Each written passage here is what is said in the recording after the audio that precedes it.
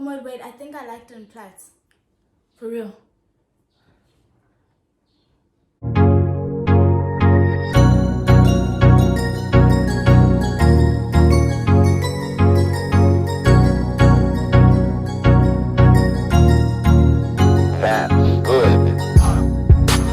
Welcome back to my channel. I am the girl and you can be too. I'm so happy we got through that without us. Right, I know. Guys, it's like the one friend at school where like it's only love, Love like and literally everything. only love. Literally everything. But I think it's very important that I introduce Bupe, or you know what, Bupe, you introduce yourself and then we speak about how we met, because it's always important that the people know, like, who are you in my life? I'm Bupe Macheka. And you know, I'm Betty on Instagram. So how did Bupe and I meet? School. Yeah, school. Literally school. What grade? She came into the school in grade 3.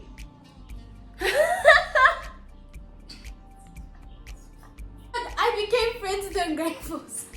But yeah, basically we became friends in grade 4. Her class was next door to mine. We had mutual friends. And then we just got along. It actually wasn't anything deep. We've literally been friends like the whole time. Literally. Like since grade 4. Like, do you guys get it? No, but there was a point where we weren't like that close in high school, because different school, different subjects.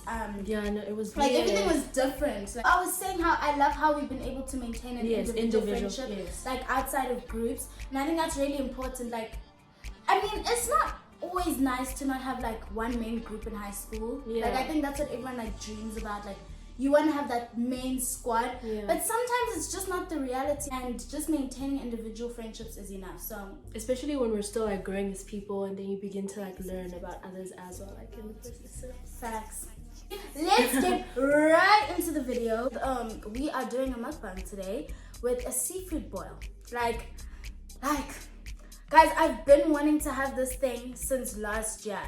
Yeah, so I'll drop the at where I got the seafood boil. This is a platter for one. There are many different things in it. When I pattern.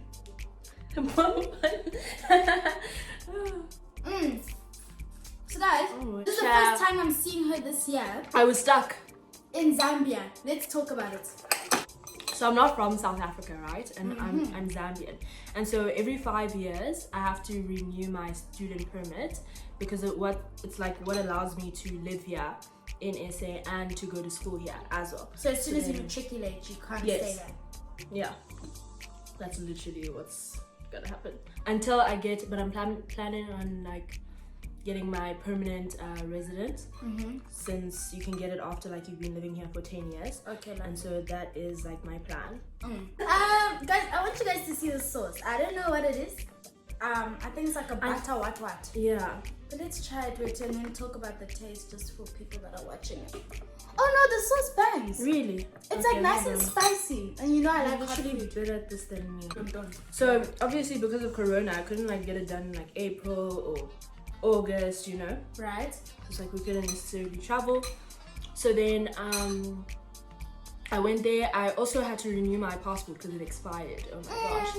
And oh my gosh, guys, literally no one in Zambia was taking Corona seriously. Like, it was about 30 people standing like back to back, you know, like a concert, like 5 people in the crowd that are wearing masks, and have to like renew my passport. I had to get my NRC, then I had to get my student permit, and then they said that I didn't have to be in Zambia like to get it. So then I went back to SA, went to Cape Town, planned on staying. I literally missed it by a day. And it's only because I had to like leave. Like, I planned on staying till the 3rd. It was just like bad luck. When did they tell you that like you need to come back? I think it was on the like 28th. So they told you that you need to come back on the 31st. So you before the 31st, I had to be there before like we entered 2021. Oh, and then so you flew from Cape Town to Zambia. Cape Town, Joburg, Zambia, and it was like, oh. Like, you know, like rushing and just like it was so. It's like 6 days, and then boom, I'm stuck there for 3 weeks. We have one person that does the student permits, and that person was in South Africa on leave. Oh, so she's enjoying going. Exactly. No, but she's grand. Exactly. And they told me to come back. I was still saying, I've never traveled Africa properly. Like, I haven't even been to places like Botswana. But like, how is Zambia? It's very pretty. Like when you go to like places like Livingstone, but those are places that are like 9 hours away, and so you obviously like need to like have a proper like road trip if you decide you want to go. Do you know what I mean? So with Corona, well, they aren't taking it seriously, so you can just imagine like how like Amaza. Amaza. I couldn't go anywhere. Only place I got to go to was like elephant sanctuary. Oh, that looked beautiful. Yeah, it was very pretty. They all rescue elephants, and all their moms had been killed. Even touch them, anything like that, because you just look at them. They're very like defensive, and you get to see. Please no. It's fine. I always complain. No. Nice. Very nice. Like how cool. Like only a few people can make it work. The orange hair thing.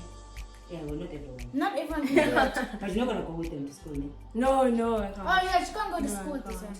one. This is so nice. Thank you. Yeah, when you say not everyone looks nice. Mom, please tie the back of this top. Okay. Seemed like an adventure and a half. Like so much was going on. But I'm so glad you're back and like you're safe. No. But guys, one thing I love about Bupe, out of all the other things that I love about her, she's adapted so well in like the South African context, like in every way. My favorite is the language thing. You can hear most of the languages. Like I think it's bad that I don't know anything. It's so funny Zambian. because I'm from the like Bemba tribe, but then in like Zambia, you wouldn't like say Bemba. It's just like kind of like the English, like what you'd say like Chiwemba. You know, like the same pronunciation as my name. You know how like it's not like B, it's like It's Bupe, yes, yeah, Oh, I get exactly. you.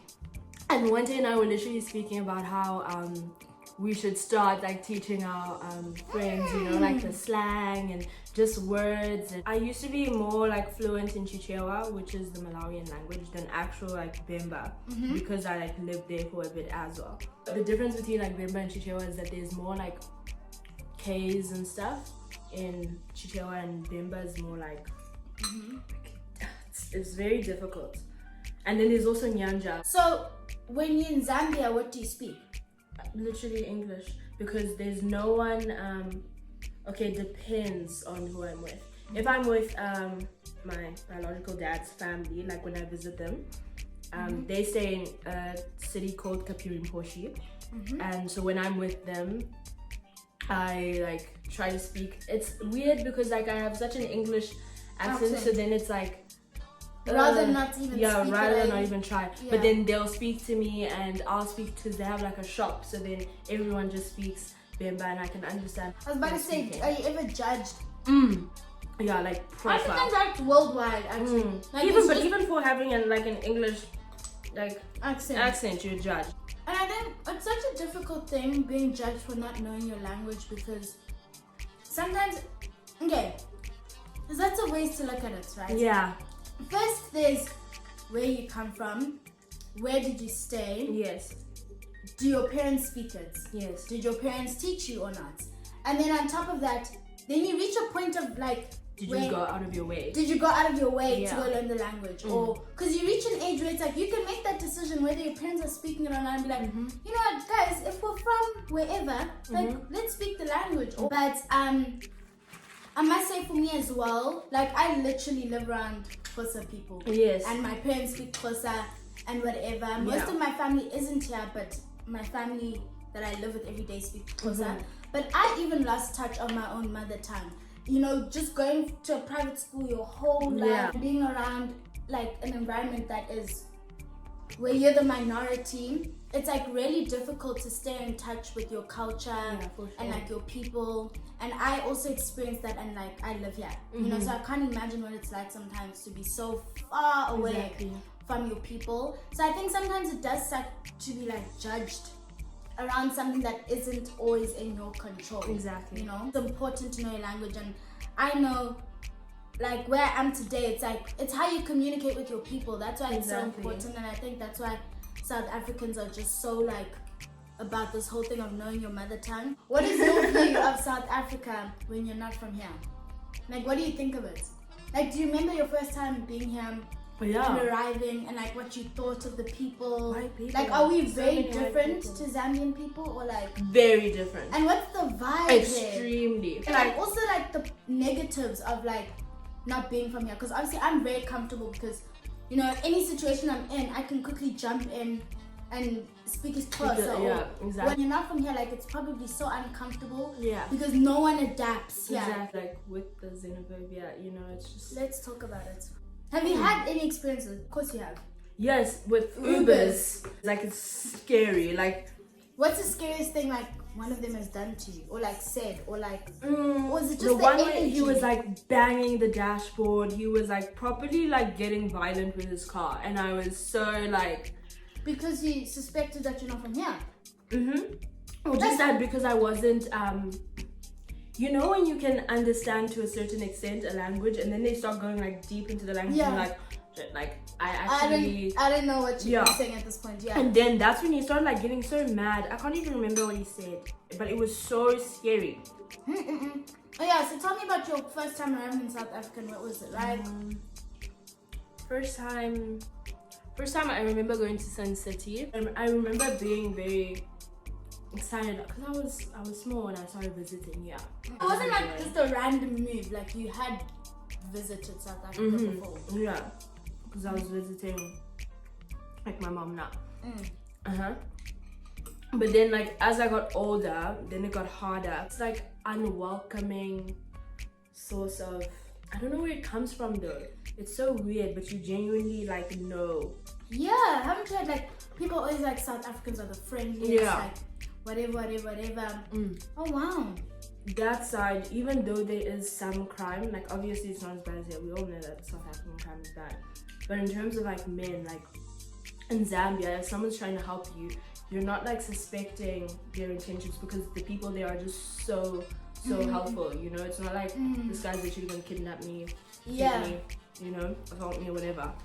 Like they're genuinely friendly and they want to help. Difference between Zambia and South Africa, Zambia is very behind. South Africa is obviously like very ahead. I was about to say, is it as diverse there as South Africa? No. Yeah, there's not as many like skyscrapers, there's not as many roads, there's not as many. It's very brown. If that makes sense, like very sandy. Is it like those shows I used to watch? What is it? No, not Nigeria.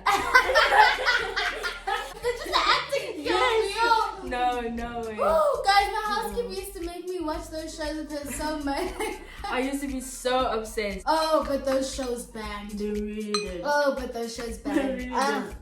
No, I think so it's not like that. I think Nigeria is even more developed than Zambia. Nigeria. You know, like for sure. Like all the traditions. And even the Nigerians that are in South Africa. Here you can just take an Uber, go to your friends, do this and that. In Zambia you can't. If you're even in like shorts, like bum shorts, it's like weird, you know. Everyone's always wearing like long skirts or ichitenge, which is like a wrap, like a cloth wrap. In terms of like families and kids, you can't just like go and, you know, go into their houses. No, you literally, how do I explain this?